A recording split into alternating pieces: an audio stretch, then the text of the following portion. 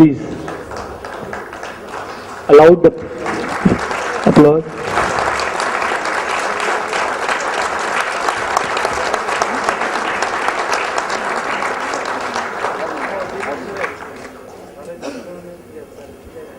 I'll also ask Mr. Vikramaditya Bhaduri to please present a memento. Mr. Bhaduri.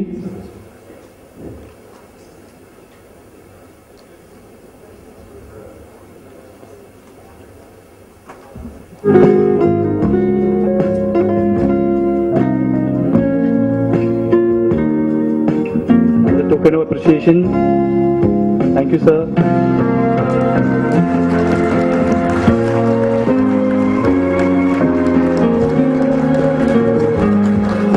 I'll ask Mr. Bala to please stay for some time. We'll do this tempo exercise again. Can I ask Bhavesh to come here? We'll ask everybody to get up again. Let us have this tempo thing. We read her articles every day in Times of India.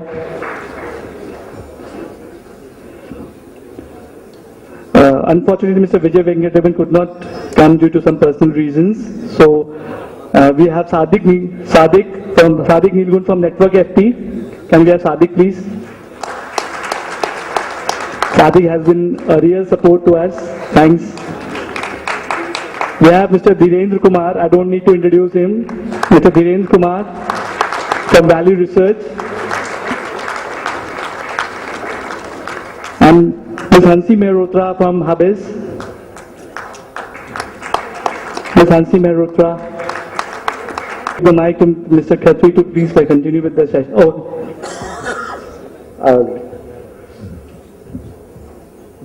Will you keep?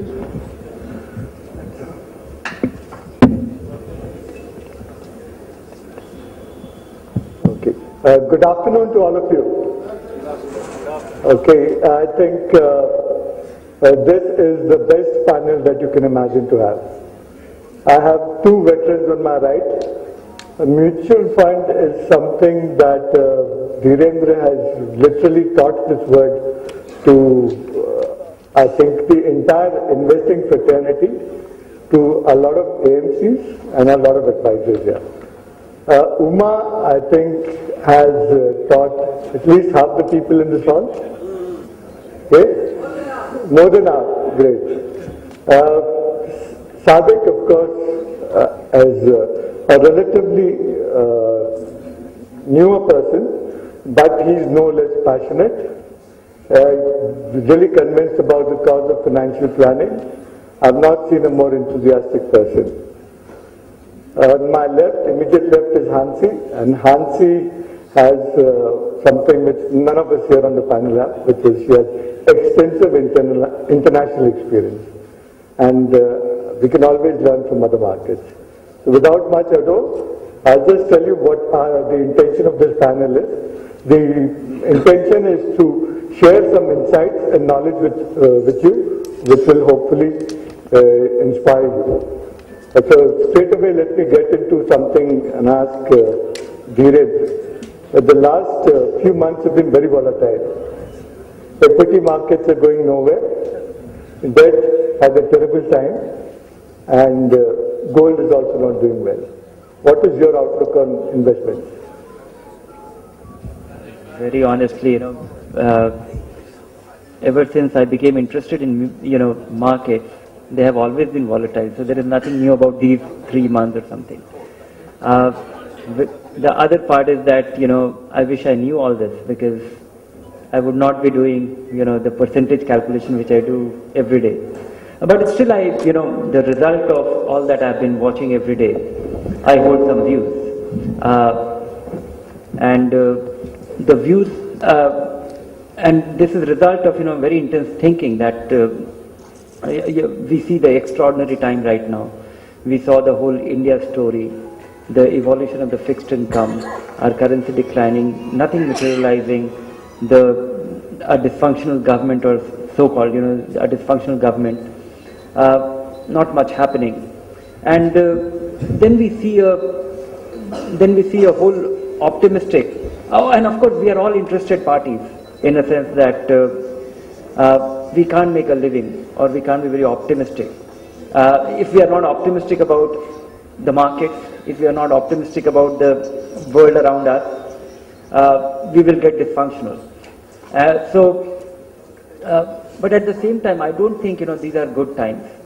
These are horrible times because the India story has not worked out the way it should. We see a lot of dysfunctionality in our politics, which is eventually translating into a great deal of dysfunctionality in our economics, and that is. And now the whole India story, what translated it for the market as a huge, the big bull run, was entirely a function of lot of things that was done in the previous decade, and all that dysfunctionality that we see right now is a result of nothing being done in the good times, and this is creating a very tricky situation. Anything fundamental which should have been done on any dimension seems to be half-baked or incomplete. For example, like earlier speakers, they talked about the numbers of the mutual fund, the percentage of the deposits or the savings getting channelized into mutual fund. The only thing that could have led to emergence of mutual fund as a primary savings vehicle and the long bar graphs that we see there is primarily a result of retirement benefit system being market driven or market oriented, which we don't have. We went about creating one in 2004, which is a new pension system. It did not get started till 2008.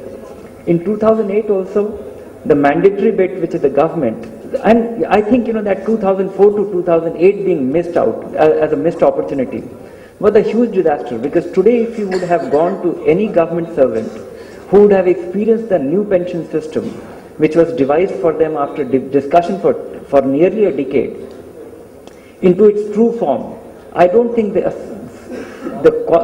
concept of SIP was needed to be sold to them. If anybody would have experienced the equity market from his salary deduction of a mandatory kind, which was matched by the government from the period 2004 to 8, I think your job would have been much easier today. And so much more Indians would have been more prosperous. We are deprived of because of our speed or for a variety of reasons, which I don't know. I don't think I am the competent person to comment on that. But things don't look bright. And the only thing which has worked in the past 3-4 years, they are also coming to a point where it will be unsustainable. For example, the gold. Indian investors haven't experienced the jolt of the gold. Variety of reasons, cash economy, kept in the locker, otherwise unaccountable, or the formalized sector, where the gold ETFs, the way as and when they evolved, I think they had a very narrow penetration. And what happened, the way the government went about managing our the influx of gold or imports, I think we have gone back in time by 15-20 years. We remember all those Bollywood movies where gold smuggling was the primary driver of the underworld in Bombay. All the Diwars and all of the movies, Haji Mastan, we have heard of, we have gone back in time, and we are going back in time speedily. It's a very grim situation. We are reasonably helpless, and you have every reason to be extremely disappointed about it. Of course, the bright side is that all the things which were factual about India's story remains intact. We are a large population of young people who will make things work. A lot of things have improved. I think we have a systemic. We clearly need some leadership which will drive things, execution, and I don't know when we get lucky. But till that time, I think there is every reason why we should be very disappointed that things are not the way it should have been. Uma, tell us something better, something more optimistic. The mood kharab kar raha hai. So tell us, what do advisors do in such a scenario? Okay, I think what we have here is a classic problem of investors trying their best to transition from what they know as traditional, because from the time we have begun discussing mutual funds, I remember the first training session in 1993, when the new regulation came about where there were 100 people in the classroom asking, what is a mutual fund and how it would happen. The question they asked at that time was, will the return be better than UTIs, MIPs? Because that was the benchmark at that time. And today we are still saying, is a mutual fund better than a bank deposit? To my mind, I think that is the problem. Because these are completely two different things. It's not about product or it's not about structure, etc. It's just the mindset. Now, when you're looking at a bank deposit, what are you looking at? When you're looking at a bank, you're looking at a balance sheet and you're looking at a process-driven structure where there is capital and there is money borrowed on which a promise has been made. A credit process with an officer who has, there are several here who are ex-bankers who have become advisors and they're very familiar with the credit processes in a bank, right? In which there are very clear rules as to how you will ascertain how much of loan can be given and how you will make that process. So there's one individual evaluating the risk of a particular loan and making that decision. And once the decision has been made, now mind you, this investor, this individual is not going to make a right decision because he has followed the process. He just does it to the best of his abilities and the process is there to protect him. He makes a loan. Now this loan goes bad.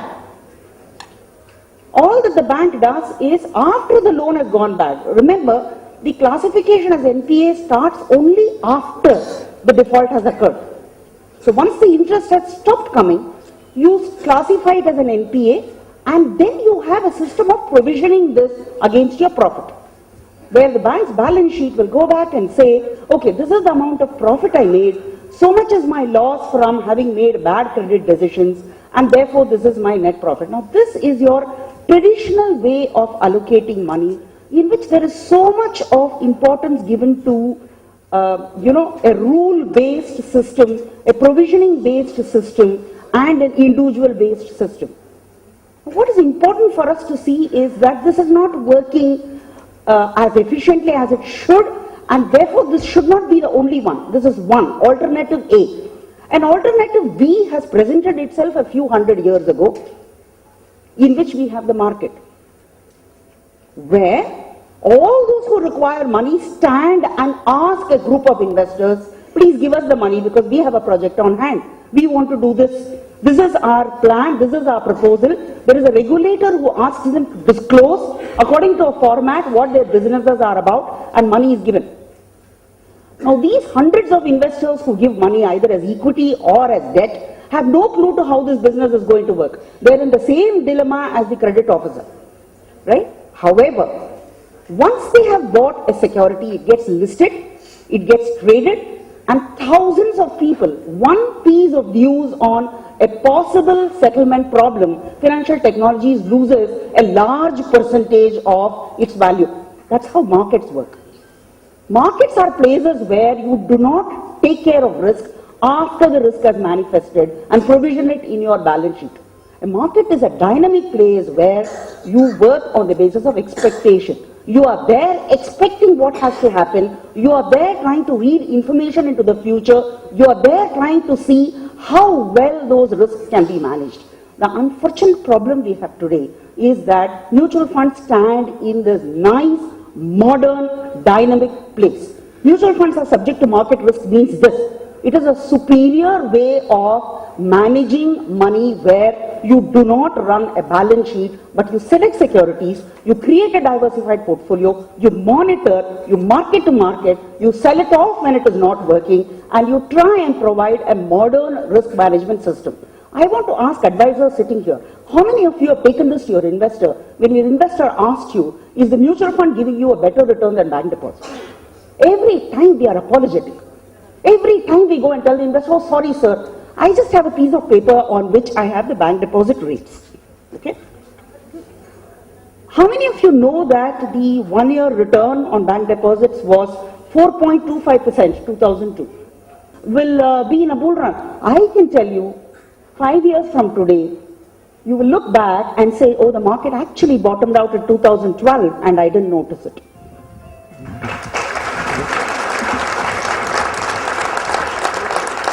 In this chaotic situation, Sadik, what would your advice to this group of advisors?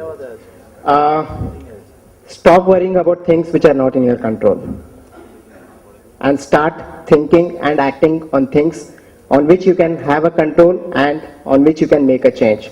In short, just to elaborate this point, I want you all to open, how many of you have got this booklet? It has been nicely printed for you all. If you haven't got one, please go and take it from the registration desk.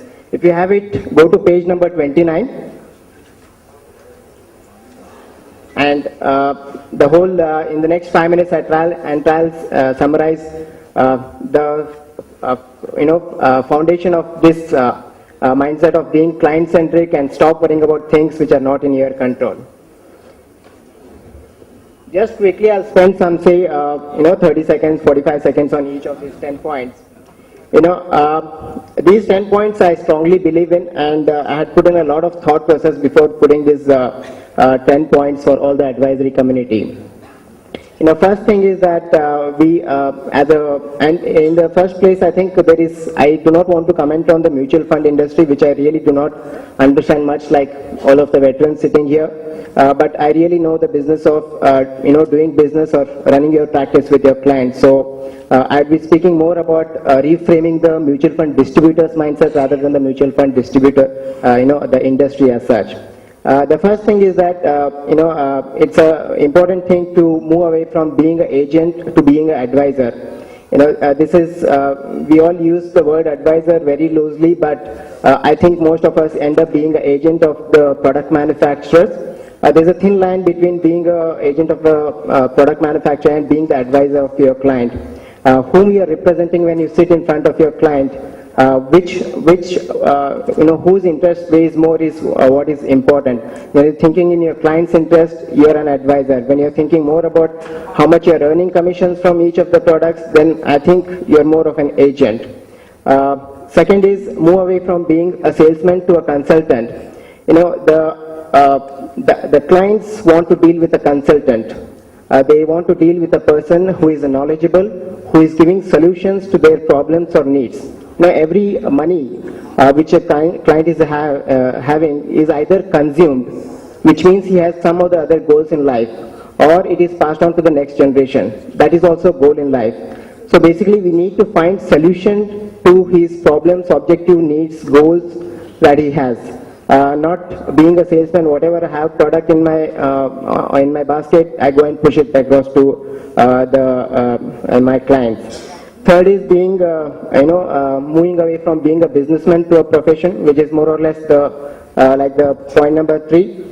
Fourth one, from returns to goals. Mr. Nimesh rightly pointed out, most of the fund managers, out of the 365 days, 80 days they have the clarity. The remaining 200 plus days, they really do not have the clarity. In that case, these are the people who are sitting on Wall Street and Dalal Street saying, what about you and me? Can we really think and, do the work on the alpha or beat the markets in a superlative mode? No. What is in our control is we can make our clients save, we can make our clients invest, and we can make them invest in the right products for long term. I always say this in most of my training programs. I think we are not in the business of investment management. We are in the business of managing our clients' attitude and behavior. Really. So let's move away from returns to goals. Fifth point is from product solutions, which I said in the earlier this, wherein we try and create solutions to various needs of our clients. There's a very good saying by Seth Godin, which says, don't find customers for your products. Don't find customers for your